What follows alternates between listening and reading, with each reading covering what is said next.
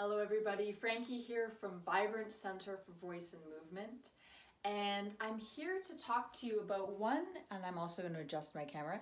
I'm here to talk to you about one really simple thing that I have all of my clients do and I do in my own work before I do anything like vocal technique or working with a script and breaking my script down or anything like that.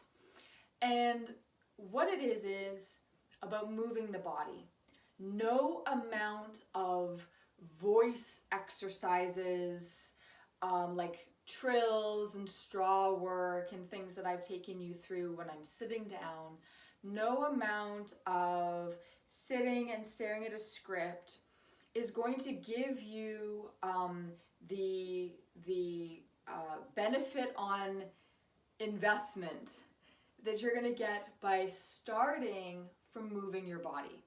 And the reason is because our voices are our bodies, and often what people think about when they're addressing tightness in the jaw or the tongue or opening up the larynx, that all may actually be a symptom, not the cause. Similarly, I'll have clients come to me when they're feeling very creatively exhausted, burned out. I get a script, I don't really know what to do. I feel like it's the same thing over and over again and I'm not feeling inspired. And where we start is movement. And what's been so amazing is I'll have non-actors come to me and work with me, and they'll come in and go, I wrote a poem. I've never written a poem in my life. Here I am writing a poem. And then I've got actors who are now becoming writers in this time of epidemic and being isolated or being at least minimized in terms of social interaction. So actors are writing scripts and upskilling and finding new ways to keep themselves creatively engaged. And I'll take them through writing from the body. And it's amazing to discover just what new characters, new ideas, new narratives, new lines can come from working with the body. So here's just a very quick physical movement practice that you can use at any time. And I always suggest working to warm up the body before you go to work on a script, before you go to warm up your voice. Anything, because the body has its wisdom and the body thinks by movement, right? So my work as an occupational therapist, I worked often with elderly people or people who were recovering from injury and they weren't moving as much. And that's one of the most simple things you can do is go for a walk, for example. Why does the body need that?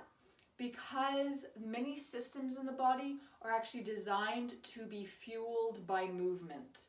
Physiologically, we have a heel pump, and that helps the blood and liquids, fluids that are going down the limbs to actually return back up into the heart. And similarly, by lubricating joints, by breathing differently, by getting more oxygen to your cells, including your brain cells, but also other parts of your body, you can start to find inspiration.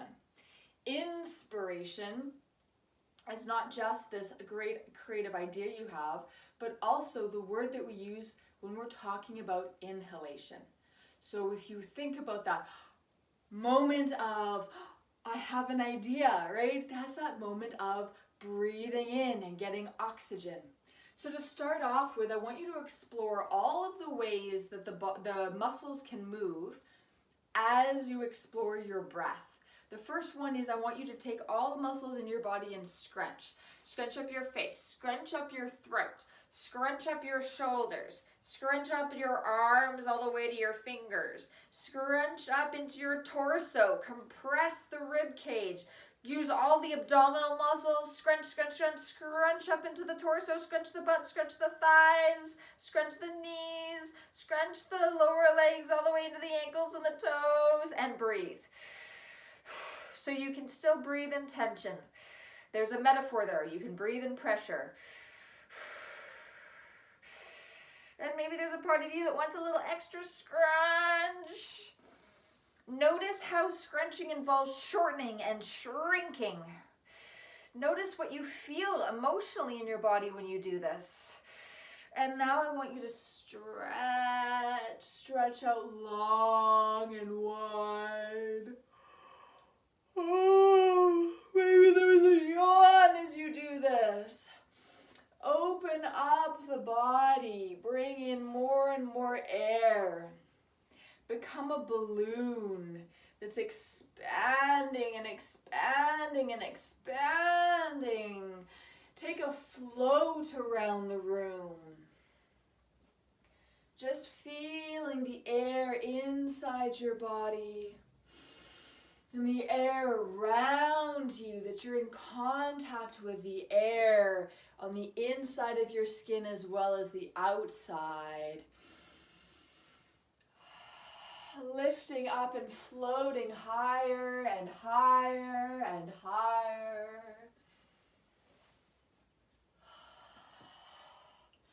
Feeling the ribs expand. Feeling the back expand. Feeling what it's like to take up space and for this to be effortless. And now you're going to take it into a shake. So I want you to shake your torso and shake your head. And then shake your arms. And then shake your legs. And I want you to have the shake that you need today. So if you need a gentle shake, that's cool. If you need a really energetic shake, and if you're feeling kind of floppy, like maybe you need some more coffee, this is actually what I'd suggest you do first, is give yourself your own shot of caffeine. Oh, and explore what happens to your voice when you shake in different ways, right? If you shake from here, what happens? What does your voice sound like when you jump? Can you let your head be floppy as you jump? What happens to your breath here? Ooh, maybe you're feeling warm. Maybe you feel like you'd like to stop. But I'm going to ask you to do this for 3, 2, and 1. Land and come into a standing corpse. So your feet are hip distance apart. Your knees are soft. What do you notice about your breath in this moment?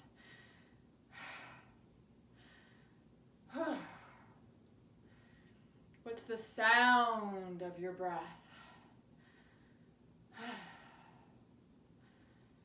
What's the sound of your exhalation here?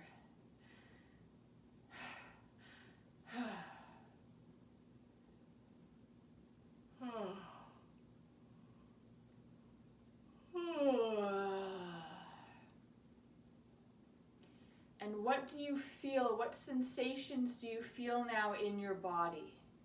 Do you feel tingling? Do you feel weightedness, anchoring?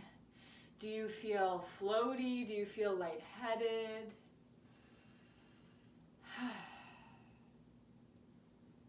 And now I encourage you to turn a sensation that you feel in your body. It could be your heartbeat. It could be your lungs expanding. It could be your blood pumping through your body. But a sensation that you find, maybe just a, clenching. There's a little tightness in the shoulder.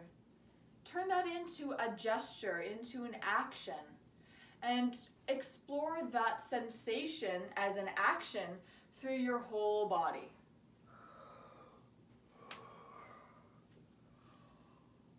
We're just going to take 1 minute to do this.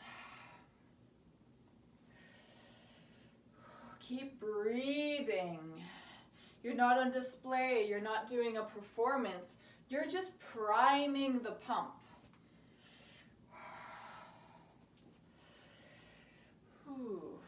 If you feel silly, good. Push into that more. Let yourself be silly. What's the expression of silliness? Make it so silly that it's an 11 out of 10. Repeat it. Sit in your silliness. No one's watching you. Sit in your silliness. Turn it into a repeated gesture. And then if that is 100%, what is 50%?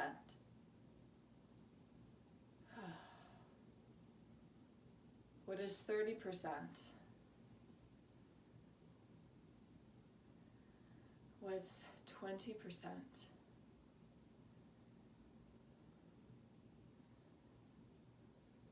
If it's symmetrical, so I'm noticing I've got this symmetrical gesture, maybe you want to make it a little asymmetrical.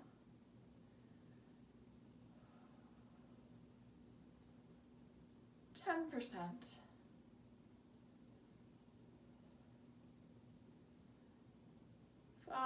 %.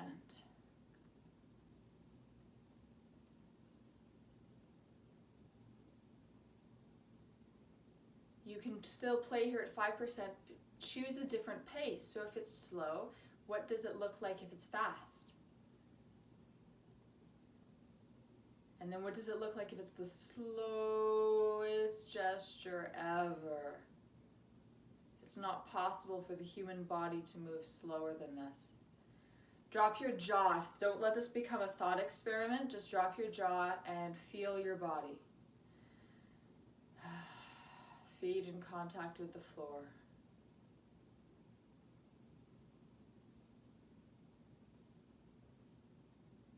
And then this gesture,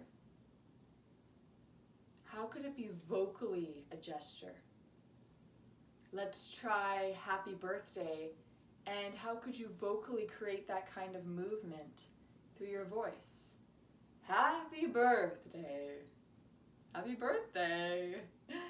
Happy birthday. Take a breath in. Shake it out. Beautiful. So now your pump is primed. You've moved your body, you've got oxygen going, you've been lubricating your joints, and now you're starting to explore sound. It's also an underlying concept of being able to take an impulse and being able to change the expression of that impulse. I'll work with kids and there'll be like maybe a lot of this, or talking and rolling like this. And the answer is not to stop and be still, because that becomes freeze. And that tells the body it's in danger, and good acting does not happen when we are in freeze. At least not in a long-term sense, unless the character's in freeze. However, maybe this energy, this impulse, can become something vocally, or can become a very specific gesture that takes the desire and the connection to the emotion in the text and puts it in the body in such a way that it is actually part of the performance, part of the character's world.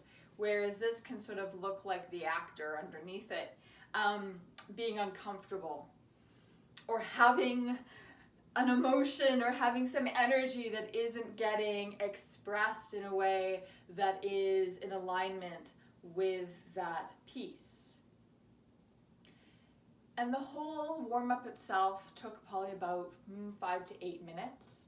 With less exploration, it can be done in 5 or less minutes. And so that's what I love, is finding something quick.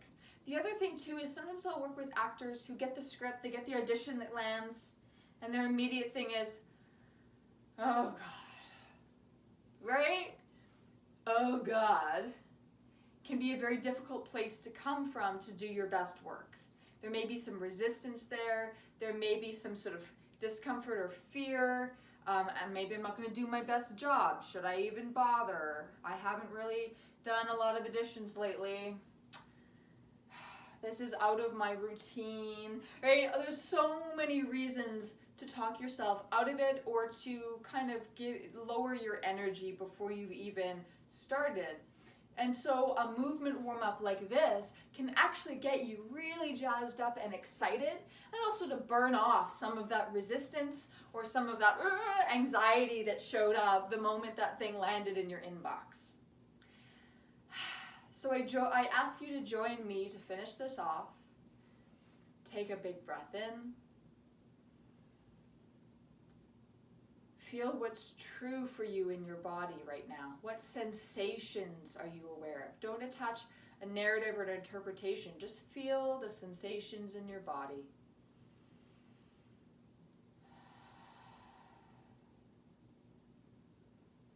Oh, I noticed I was clenching my butt. Take a big breath in and exhale on sound. Shake it out. Beautiful. Have a wonderful day. Take care of yourselves. Take care of each other. And I'll see you all again soon.